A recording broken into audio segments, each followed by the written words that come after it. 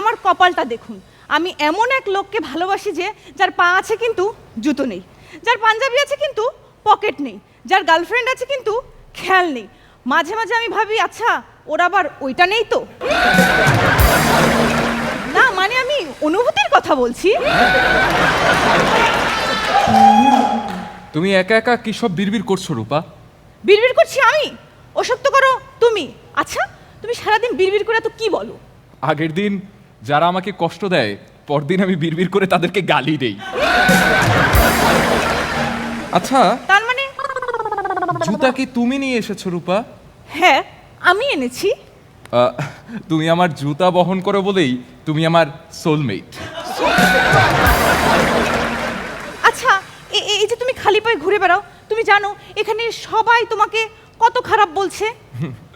সবাই আমাকে খারাপ বললেও এখানে একজন মানুষ আছেন যিনি আমাকে ঠিকই ভালো বলছে।